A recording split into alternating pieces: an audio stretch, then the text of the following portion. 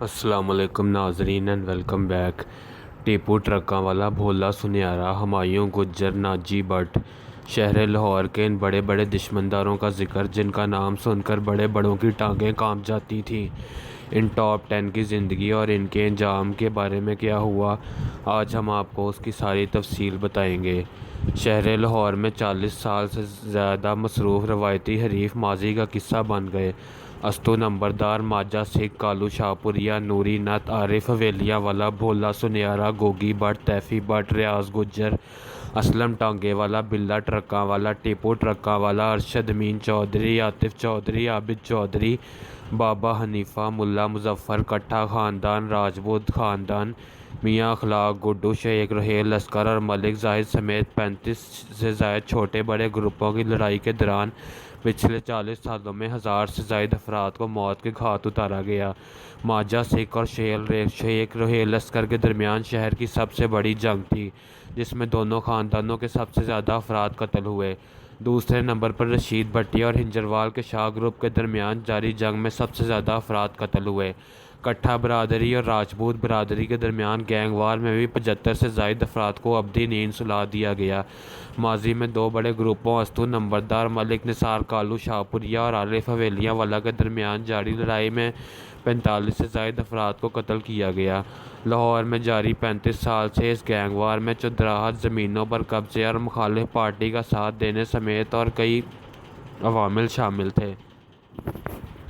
90 کی دہائی میں جب پاکستان میں دہشت گردی کا دور دور تک کوئی نام و نشان نہیں تھا، تب پنجاب کے ٹاپ 10 نہ صرف فون پر اپنی من مانیاں کیا کرتے تھے بلکہ دہشت گردی کی ایک علامت سمجھے جاتے تھے۔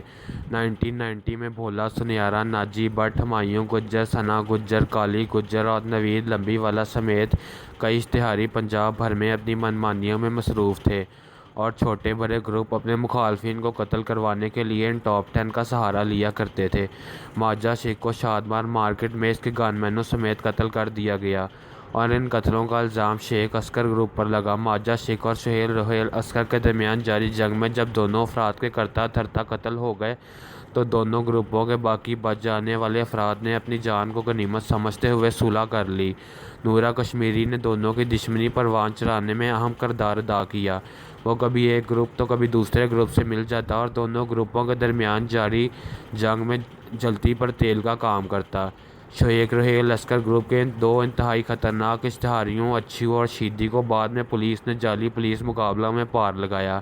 رشید بھٹی اور ہنجروال کے شاہ گروپ کے درمیان جاری جنگ میں بھی کئی افراد قتل ہوئے۔ اس لڑائی میں استو نمبردار کو عدالت نے پیشی پر جاتے ہوئے چوک یتیم خانہ میں 6 ساتھیوں سمیت قتل کر دیا گیا، جس کا مقدمہ رشید بھٹی گروپ پر درج ہوا۔ اسٹوڈنٹ لیڈر ارشد امین چودھری اور عابد چودھری اور جو کہ ایم ایس ایف کا سربراہ تھا، اس کے درمیان جاری جنگ میں بھی کئی افراد قتل ہوئے۔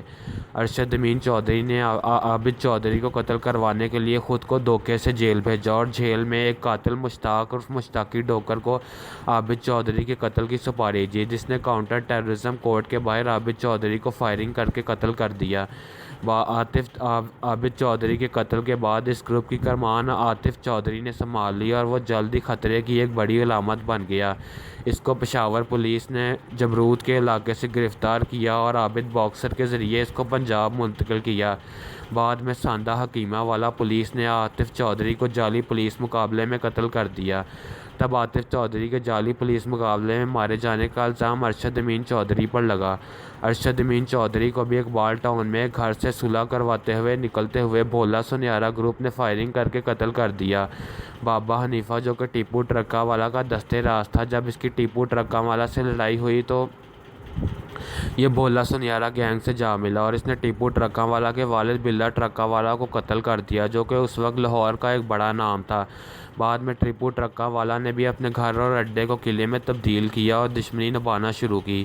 ٹیپو ٹرکاں والا نے اپنے اڈا نما قلعے میں بیٹھ کر کروڑوں روپے خرچ کیے اور ان ٹاپ 10 اشتہاریوں میں اپنے مخبر بنائے اور پھر وہ ایک ایک کر کے قتل ہونا شروع ہو گئے۔ حنیف بابا اور شفیق بابا نے بھی اپنے بچاؤ کے لیے گوال منڈی کے گوگی بٹ اور تیفی بٹ سے تعلقات استوار کر لیے۔ جب اس دوستی کی خبر ٹیپو ٹرکاں والا کو ہوئی تو اس کی اور تیفی بٹ اور گوگی بٹ کی سرد جنگ کا آغاز ہو گیا، جو کہ ٹیپو ٹرکاں والا کے قتل کے باوجود آج تک جاری ہے۔ اچو شیدی اور انو جبیل کے قتل کے بعد لاہور شہر میں سب سے زیادہ قتل خالد چٹے نے کیے۔ خالد چٹے کو بھولا سنیارا نے بدماشوں کی یونیورسٹی کا لقب دیا۔